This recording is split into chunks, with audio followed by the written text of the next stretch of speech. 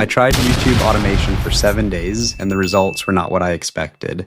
The promise is a stream of passive income, but my first week ended with a handful of views and zero growth.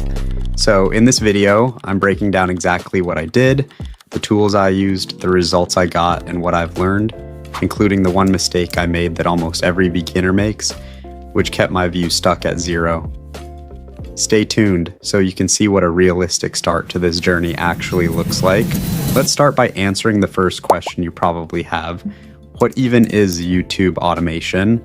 There are essentially two paths. The first is outsourcing, where you hire freelancers for everything: script writing, voiceovers, editing, and thumbnail design. The channel owner acts as a strategist, managing the team from a distance. The second path, and the one I chose, is to automate the process using AI tools.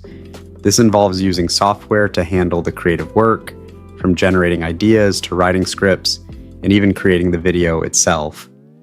I decided to go with AI because I wanted to see if it was possible for one person with a low budget to compete with the big studios. Besides that, I also wanted to pull the strings on my own channel, just to see if it's really true that anyone can create a successful business if you truly believe and keep pushing through. Now, you can't just throw content at a wall and hope it sticks. You need a target. So, step one of my 7-day experiment was the most critical part of the entire process: choosing the right niche. Every YouTube journey starts with a niche, and mine was no different. But I didn't just pick something at random. I specifically started looking for niches with high demand and a high CPM, which is how much advertisers are willing to pay to show ads on your videos. I quickly found out that the most profitable niches are usually the ones where you are actively solving a viewer's problem. Think about categories like relationships, finance and business, health, travel, education, or software tutorials. People go to YouTube for answers in these areas, and that makes the viewers very valuable. To narrow it down, I made a list of every niche I had even a slight interest in. Then I started slimming it down by asking two honest questions. What am I genuinely passionate about? And what subjects do I already have real knowledge in? That's how I ended up in the YouTube growth niche. I realized I already knew a lot about the technical side of the topic, and I decided that my unfair advantage would be making videos that actually help people start their own automated channels. To confirm my gut feeling, I used a tool called Video IQ for keyword research. It showed me exactly how many people were searching for this topic versus how many other creators were making videos about it.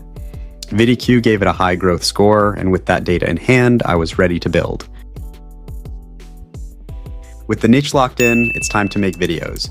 But now came the real challenge: actually building the videos. If I were doing this the old-fashioned way, it would take me weeks to produce a single video. But remember, my goal was automation. So I built a production line using a specific stack of AI tools. Here's exactly how I went from a blank screen to a finished upload in record time. It all starts with VidIQ. I didn't just guess what people wanted to watch. I used VidIQ's daily ideas and keyword research tools to find high traffic, low competition topics. It literally tells you which titles have the highest prediction score for going viral. By the time I finished my research, I didn't just have a title, I had a map for what the algorithm was already looking for. Once I had my winning title, I moved to the most time-consuming part of YouTube, the script. For this, I used TubeMagic. Now, unlike any generic AI like ChatGPT, TubeMagic is built specifically for YouTube creators. It understands things like high retention, hooks, and call to actions. I just pasted my VidIQ title, and in seconds it generated a full script that felt natural and was already structured to keep viewers watching. But to keep your script original, make sure to feed the tool a good prompt. Do this by manually setting the tone and adding in a personal story or unique angle on the topic. If you're serious about scaling a channel without burning out, TubeMagic is honestly a cheat code. I've actually put a link for it in the description if you want to see how it works for yourself. For the visuals, I used OBS Studio for high-quality screen recordings, but the real magic came from HeyGen. This tool allowed me to animate an AI-generated avatar that speaks my script with perfect lip syncing. It meant I didn't need a professional camera, a studio, or even to show my own face if I didn't want to. Perfectly fits the automated vibe I was going for. Finally, I brought all those assets into CapCut to edit them, together with fast cuts and edits to keep the energy high. Before hitting publish, I went back to VidiQ one last time to use their SEO score tool. It helped me write descriptions and tags that ensured the YouTube search engine knew exactly who to show my video to. If you want to check out vidIQ or TubeMagic for your own journey, definitely use the links below. They are the main tools keeping this whole experiment alive. So I had the niche, I had the AI production line, and I had the tools. I was convinced I had cracked the code. I even had a funnel strategy ready to go.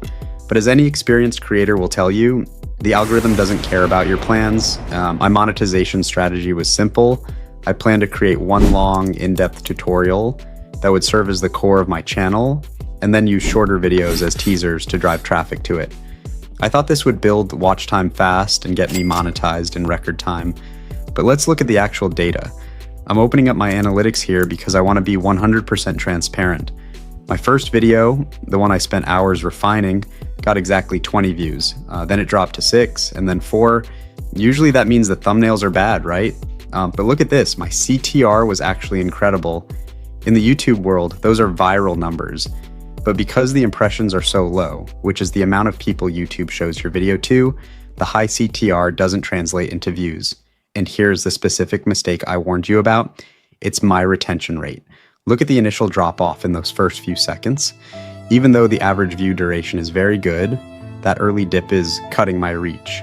If the algorithm sees even a small group of people skipping early on, it stops the test and kills the impressions. The mistake wasn't the niche or the tools, it was failing to bridge the gap between the click and the content fast enough. YouTube knows people want to click, but it isn't convinced yet that they want to stay long enough to justify showing it to thousands of people. Seeing these numbers was a massive reality check. I wasn't just failing to grow, I was stuck in a testing phase that I need to get my way out of. Even though the start has been slow, I'm going to keep pushing forward while improving. I'm documenting this entire process to prove to other small channels that you shouldn't give up when you face early setbacks.